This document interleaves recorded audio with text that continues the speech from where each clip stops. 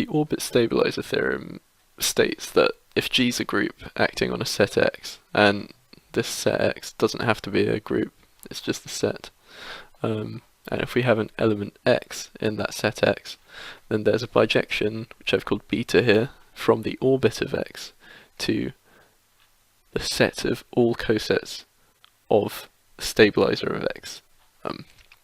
And this beta is given by this relation here. So beta takes that element G from G times X in X to G times the stabilizer of X. So this is the coset, this whole thing here.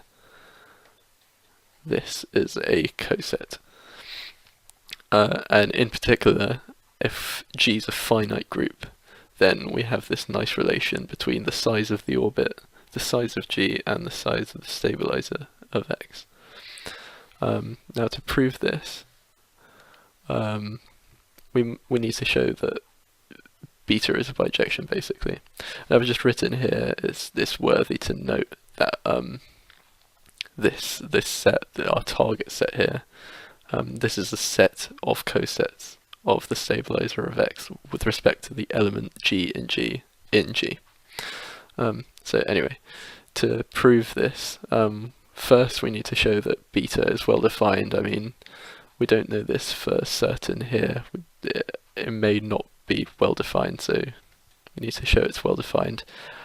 And I have an easy way of remembering how to show something is well defined. It's basically the opposite of showing something is injective.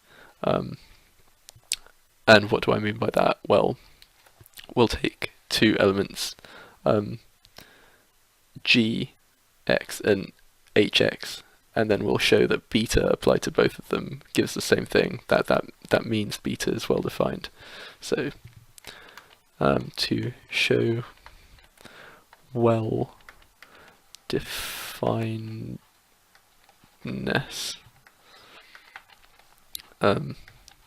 take G of X equaling H of X. Now this straight away implies that, well, G's a group, so we can do this. We have that H inverse times G times X equals X. Now this should ring a bell. This means that H inverse of G is in the stabilizer of X. It stabilizes X. It doesn't change its value when it multiplies X. So therefore, H inverse G is in the stabilizer of X. But now we have, by the well-known relation, I'll just write it in general here. In general, if H is a subgroup of G, and let's say X inverse Y is in H, then we have XH equaling YH. So the two cosets generated by X and Y, if X and Y satisfy this condition, the two cosets are equal. So that's in general. But in our case, well, we know that the stabilizer of X is a subgroup. So we can write hence H times the stabilizer of X equals G times the stabilizer of X. But now we can apply beta to G times X. Sorry.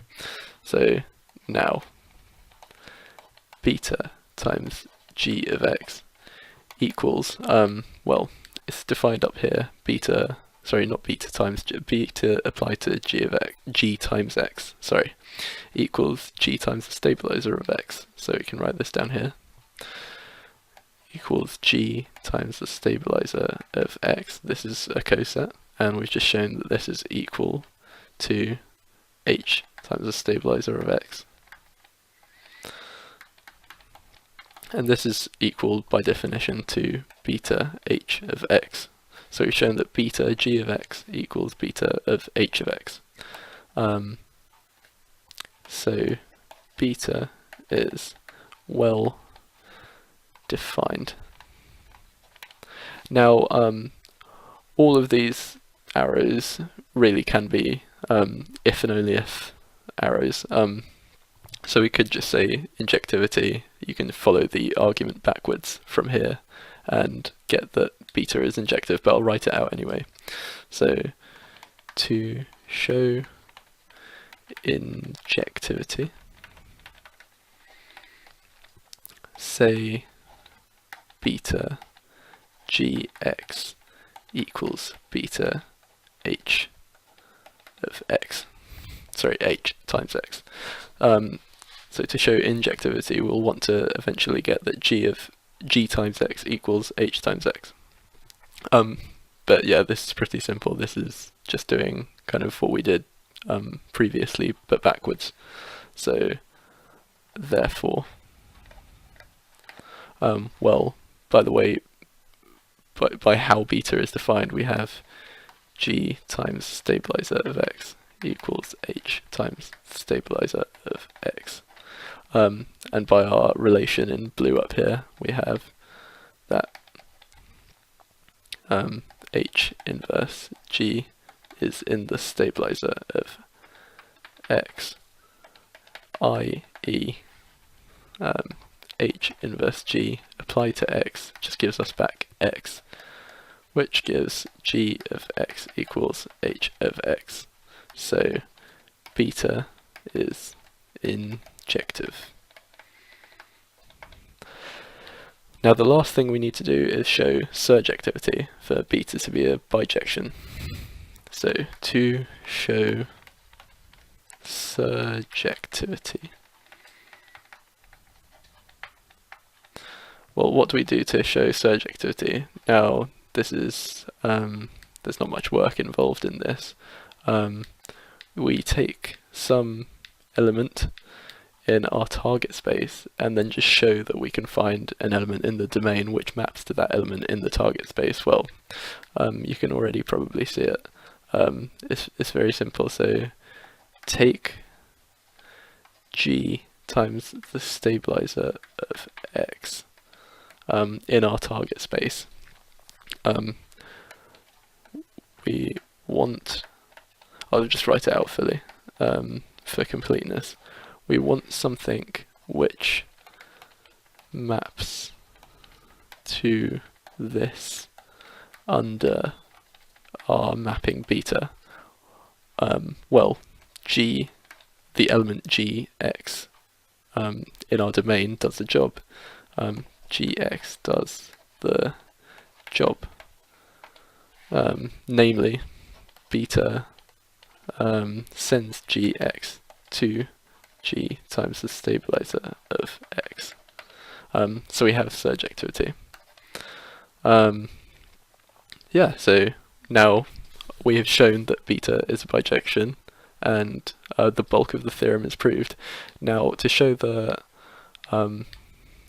very last part, the in particular, if g is finite, then we have this nice relation.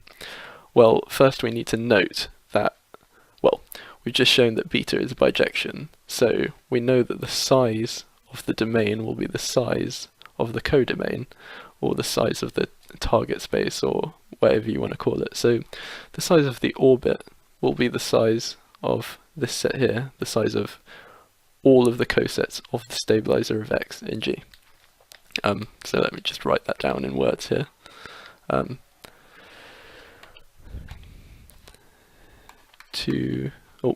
go to a nicer colour. To show the last part, first note that beta is bijective. So the size of the domain, which in our case is the orbit of x, equals the size of the codomain, which in our case is the set of all cosets of the stabilizer of x, which we write as this. Let me just write that this equals the number of cosets of the stabilizer of x. Now we use Lagrange. So Lagrange's theorem, everything's a finite group here, so we can use Lagrange's theorem. Lagrange's theorem tells us that, what does it tell us? Well, in our case, it tells us that the size of G equals M, which I'll just call, well, I've called it M, but it's really the number of cosets of a subgroup of G. In our case, this subgroup, we know it's a subgroup. The subgroup is the stabilizer of X. This M is just the number of cosets of the stabilizer of X. So we can write this as G equals, so in our case, this set is this set, and since beta is bijective, we know that the size of this set is equal to the size of the domain, in our case, orbit of X. So orbit times the stabilizer. And now if we just rearrange, we get back our nice relation.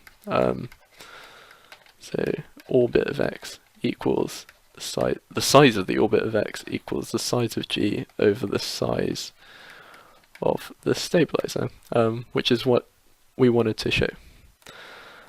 So that finishes the proof. Thanks for watching.